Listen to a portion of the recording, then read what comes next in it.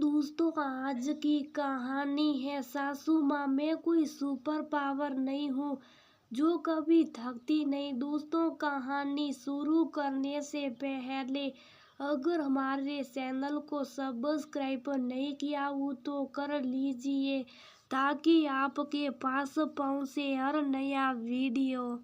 मेरी बहू, मैं तो मानो सुपर पावर है। बताओ, आए हुए अभी कितने दिन हुए ससुराल में? लगता ही नहीं है कि कुछ महीने पहले ही शादी हुई है। सारी चीजों को इतनी जल्दी उसने संभाल लिया, झटपट सारा काम निपटा लेती है। मुझे तो कुछ करने का मौका नहीं देती हैं।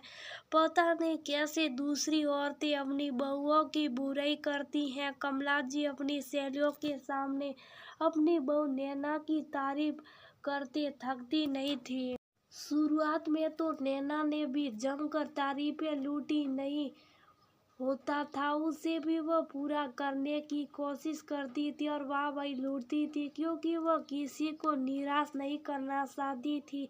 धीरे धीरे समय बीतता गया, लोगों की उम्मीदें नैना से बढ़ती गई और नैना पर काम का बोझ कुछ ज्यादा ही बढ़ने लगा। कुछ समय बाद नैना अपने मायके गई। थोड़ी थोड़ी देर में ससुराल से फोन आता और उसकी सास पूछती, बहू ये सामान कहाँ रखा, ये कैसी बनाते हो और अपने देवर को नाश्ते में क्या देती हो? ऐसी कई सवाल वह पूछती थी। नैना उनके सामने तो कुछ कहती नहीं थी। फोन रखने के बाद अपनी माँ के सामने अपना दुखड़ा रोती थी। नैना की माँ विमला जी बोली, तुमने अपनी सास के सामने अपनी सुपर पावर बहू की छवि बना ली। हर किसी के लिए कुछ करना बुरी बात नहीं है, क्योंकि करने के बाद लोगों की उम्मीद हमसे बदलने लगती है। अगर वह उम्मीद पूरी न करो तो वही सुपर पावर वाली भाभी बहू उनकी नजरों में खटकने लगती है। इस बात को भी ग्रहण करने के लिए तुम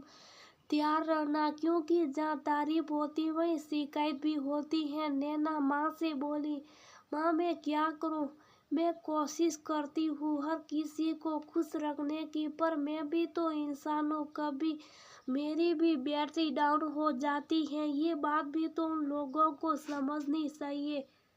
मैं कोई सुपर पावर वुमेन नहीं हूँ जो कभी थकती ही नहीं। काश भगवान ने मेरे अंदर भी कुछ सुपर पावर दिए होते। विमला जी बोली, औरत के अंदर कोई ना कोई सुपर पावर होती है, बस उसे पहचानने की देर होती है। तुम्हारे अंदर भी एक सुपर पावर है, तुम्हारी हदियत जो बहुत अच्छा, जो हर किसी के लिए अच्छा सोचता।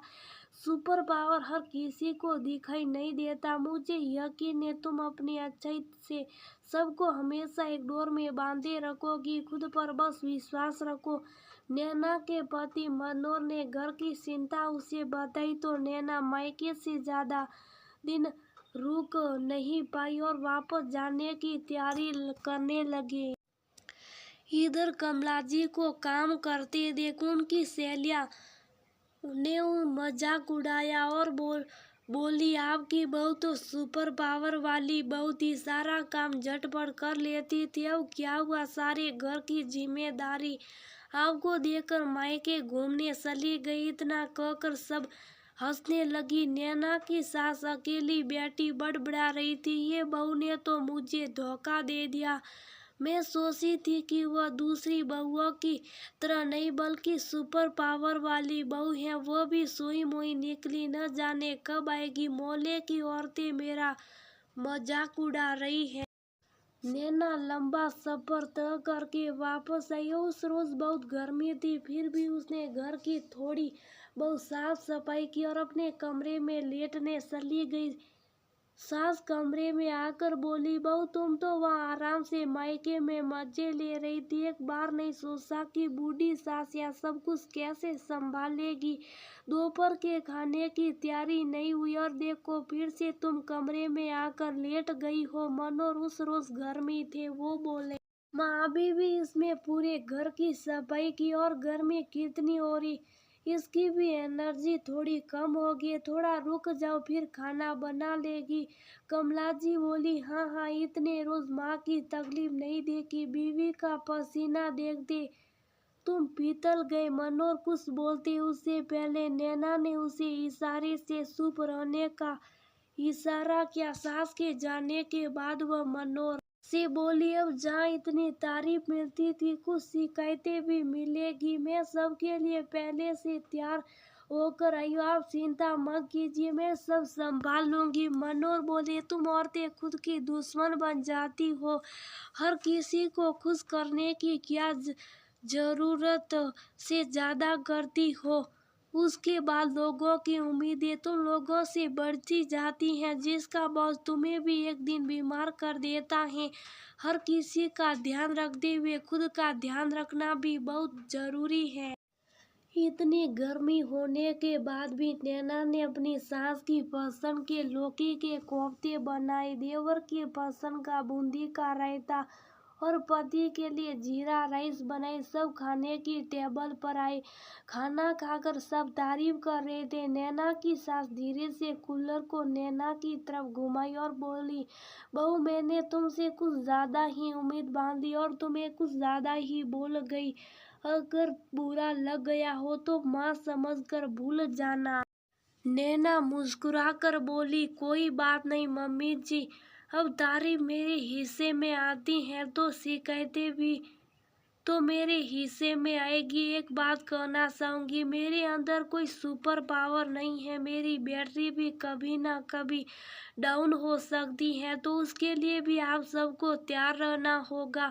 हो सकता कभी मेरे हिस्से का काम आप सबको भी करना पड़े।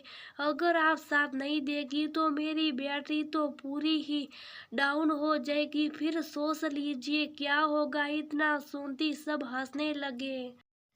कमला जी बोली, ईश्वर ना करे कि तुम्हारी बैटरी कभी डाउन हो, हम उसे अपने प्यार से हमेशा चार्ज करते रहेंगे। हाँ वो बात अलग है कि मैं सोची थी बहू में सुपर पावर है, पर तुम भी मेरे जैसी सुई में मुई लगती हो। माँ की ये बात सुनकर दोनों बेटे ठहाका लगाकर हंसने लगे। नैना के ना रहने पर उसकी सास को क्या दिक्कत हुई और एक बहू को कितना काम करना पड़ता, इस बात का एहसास उन्हें हो गया। अब वह कोशिश करती थी कि अपने छोटे मोटे काम हर कोई खुद कर ले, क्योंकि औरत में कोई सुपर पावर तो होता नहीं है, बस वह हर किसी को खुश करने के लिए अपनी खुशी को बलिदान दे देती है। दोस्तों, एक औरत भी हर मांस की बनी होती है, उसके अंदर भी एक तरह की बैटरी होती है जो कभी ना कभी डाउन हो ही जाती है। औरत में कोई सुपर पावर नहीं होता, बस वह सबकी खुशियों के लिए लगी रहती है और अपने आराम को नजरअंदाज करती है और बीमार पड़ जाती हैं वह उसकी देखभाल करना भी पूरे घर की जिम्मेदारी बन जाती है।